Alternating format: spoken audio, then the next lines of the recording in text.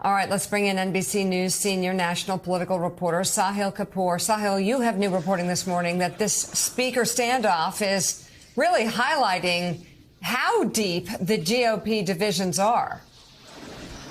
That's right, Mika. We still don't know how this speaker fight ends, but we know enough to draw a couple of lessons regarding what this tells us about the Republican Party. Specifically, this presents problems for the party on two fronts. There's a governing problem, mainly that getting elected speaker is the easy part. What comes next is much, much harder. You have to hold the confidence of this narrow House majority for 2 years every day, and you have to navigate a Democratic-led Senate and President Biden. If Kevin McCarthy can't say no to this group of 10 to 20 rebels in the House Republican caucus, if he can't control them on a speaker vote, it's going to be extremely difficult to navigate that and Democratic-led Senate. The math simply won't work.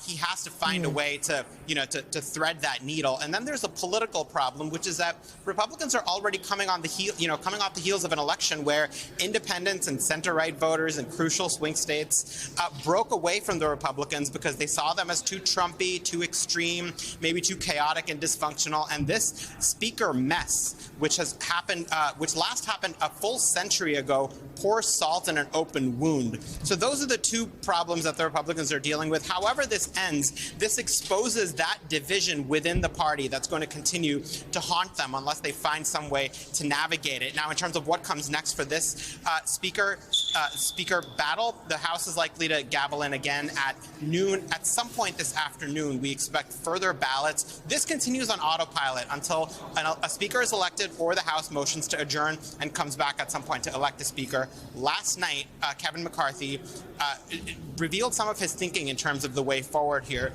He is going to try to convince some Republicans to move his way. He has to do that. And he's going to try to convince some others to vote present, which will lower the threshold of the majority that he ultimately needs. It's either that, Mika, or McCarthy has to try to cut a deal with Democrats. The math has to work. He has to get to a majority of the House, and there's only one way to do it. He brings some of these rebels along, or he has to do what some Democrats are calling a coalition government or coalition speaker. The second option is even less likely, which is why there's no end in sight here. Wow. NBC's Sahil Kapoor, thank you for your reporting. We appreciate it.